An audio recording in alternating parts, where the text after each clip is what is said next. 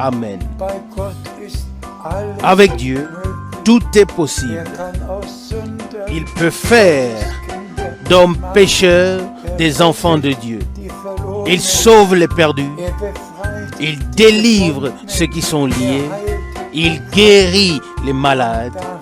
Et nous sommes reconnaissants pour cela. Nous acceptons ce que Dieu nous a donné en Jésus-Christ, notre Seigneur. Je t'en prie. Je lis le verset 23 d'Éphésiens chapitre 4. Que vous soyez en revanche renouvelés au plus profond de votre vie spirituelle. Que vous soyez renouvelés au plus profond de votre être. Alors, ne pas seulement revêtir l'homme nouveau sur le vieil homme, comme si l'on revêtait une veste neuve sur l'ancienne, mais premièrement, il faut se déshabiller et prendre un bain d'eau de la parole, puis ensuite revêtir le vêtement nouveau que le Seigneur nous a donné par grâce.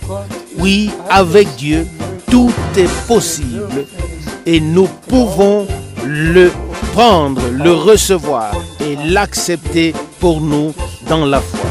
Je t'en prie. Nous lisons le verset 24 d'Éphésiens 4. Revêtant l'homme nouveau, créé à l'image de Dieu, dans une justice et une pureté véritable. C'est une parole puissante. Et elle devient ou deviendra vraie dans nos vies. Que nous puissions véritablement être saisis par la grâce de Dieu et mettre notre volonté propre dans la volonté de Dieu, consacrer notre propre vie au Seigneur afin que sa vie puisse être manifestée au travers de nous. Comme Paul l'a écrit, personne ne vit plus pour lui-même, car si nous vivons pour le Seigneur.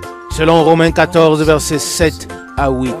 Et nous sommes reconnaissants à Dieu de tout cœur de ce que ce ne sont pas seulement des promesses, que ce ne sont pas seulement des écrits, des paroles écrites dans la parole de Dieu, mais que tout ce que Dieu nous a donné en Christ Jésus notre Seigneur peut devenir une réalité divine et est déjà en grande partie devenu une réalité.